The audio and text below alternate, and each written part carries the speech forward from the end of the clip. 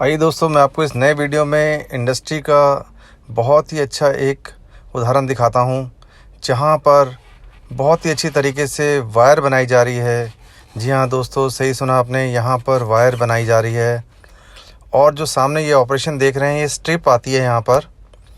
ये स्ट्रिप जैसे कि सामने देख रहे हैं, ये भाई साहब इसको मशीन पे लगा रहे हैं। ये इसका पहला ऑपरेशन होता है। एमएस की स्ट्रिप होती है। स्ट्रिप को इस मशीन में, जैसे ये देख रहे हैं, रोलर देख रहे हैं यहाँ पर, इन रोलर्स में डिफरेंट ग्रूव लगे हुए हैं। इन ग्रूव में से किसी एक में से जैसे की रिक्वायरमेंट होती है उसमें से पास किया जाता है और इस वायर स्ट्रिप को थोड़ा सा रोल कर दिया जाता है, यानी कि उसको एक तरह से यू टाइप बना दिया जाता है। ये इसका पहला ऑपरेशन होता है। वो सामने देख रहे हैं वायर स्ट्रिप जो रोल में आती है, उन रोल्स को सामने लगाया जाता है। ये जो सामने देख रहे हैं, ये सेकंड ऑपरेशन है। इसके बारे में अभी आपको बताता हूँ मैं। पहले ये पहला ऑपरेशन, जैसे कि आपने देखा, वायर स्ट्रिप को यहाँ सेटिंग किया जा रहा है। तो पहले जस्ट सेटिंग करने में थोड़ा सा टाइम लगता है। आपको ये डिसाइड करना होता है कि वायर का फाइनल डाया कितना बनाना है। उसके हिसाब से यहाँ पे उसको राउंड किया जाता है, यानी कि यू टाइप बनाया जाता है। फ्लैट स्ट्रिप को यू टाइप शेप देने के लिए ये रोलर यूज़ किए जाते हैं। तो इसकी जो पहली जो स्टार्टिंग की सेटिंग होती है वो थोड़ी सी इम्पोर्टेंट होती है। एक बार वो सेटिंग पूरी हो गई तो फिर काम पूरा हो जाता है। तो ये सामने जैसे कि चरखी टाइप बना रखा है, जैसे कि उसमें जो भी स्ट्रिप का रोल आता है उसको लगा दिया जाता है। और ये स्पेशल 2 रोलर्स होते हैं जिनके ऊपर स्पेशल अलग अलग तरह के ग्रूव कटे होते हैं। डिपेंड करता है कि फाइनल साइज़ आपने क्या ड्रॉ करना है। तो ये रोलर्स में से जो ग्रूव में से वो स्ट्रिप निकलती है वो यू शेप ले लेती है।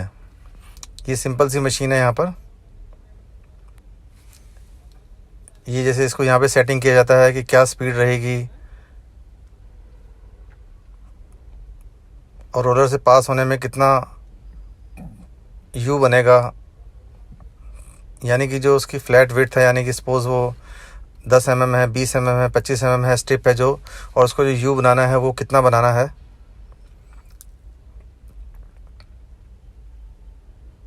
ये 2 रोलर्स, 2 डिफरेंट शाफ्ट और फिर आगे मोटर के थ्रू घूमते हैं ये वाले। ये इसकी यहाँ पर सेटिंग करने के बाद, और जैसा रोलर उधर रील लगा रखी है रोल, ऐसा ही सामने रोल बनाया जाता है। और उस रोल पे ये जहाँ से जो वायर निकलती है, यानी कि यू टाइप में जो स्ट्रिप है वो कन्वर्ट होकर यू शेप में आ जाती है। उसको यहाँ पे रोलर में ही, रील में ही कन्वर्ट कर लिया जाता है, उसमें स्टोर कर लिया जाता है। और वो रील ही फिर आगे सेकंड ऑपरेशन के लिए जाएगी।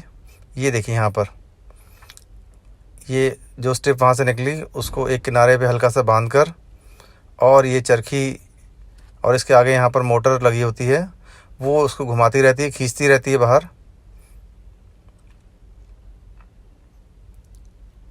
ये देखिए, ये रोलर चालू कर रहे हैं। ये जैसे यहाँ पर कार्डन शाफ्ट होती है, मोटर से ये मोशन को कन्वर्ट किया जाता है रोलर पे।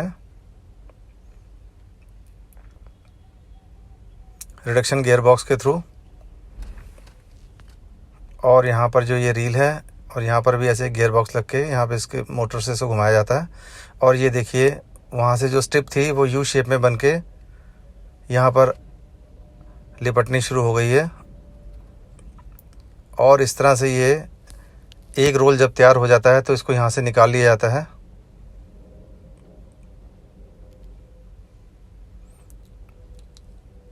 और इसको फिर सेकंड ऑपरेशन के लिए लगाया जाता है। इस तरह से जो वायर बनती है वो बहुत, एक तो जल्दी बन जाती है, बहुत प्रोडक्शन बहुत फास्ट है इसकी।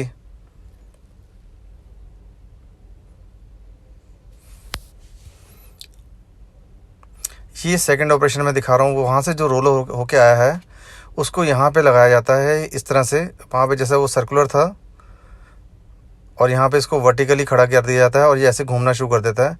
और ऐसे ये यहाँ पर एक रोल होता है, ये भी मोटर के थ्रू ऑपरेट होता है। और बीच में जो आपने देखा ये डाई लगी होती है, इस डाई से उस यू शेप जो वायर निकल के आती है उसको यहाँ से पास किया जाता है।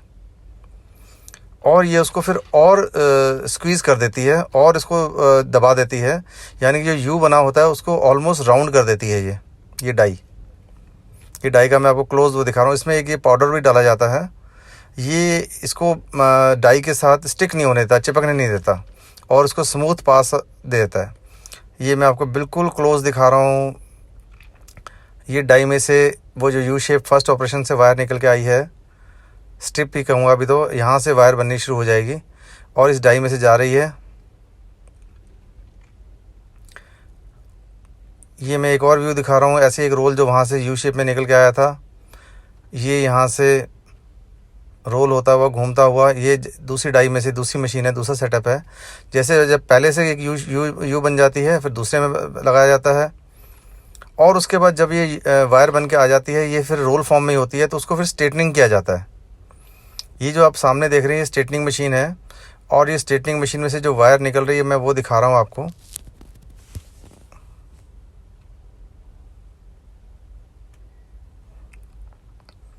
ये स्ट्रेटनिंग मशीन की सेटिंग होती है यहाँ पर।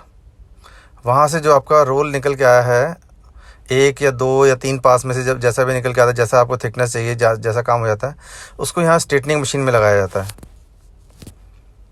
वो जो जैसे रोल बन के आया, जैसे ये देखिए यहाँ पे इसको लगा दिया गया और इस रोल को ये स्ट्रेटनिंग मशीन यहाँ से इसको खींचती है, ड्रॉ करती है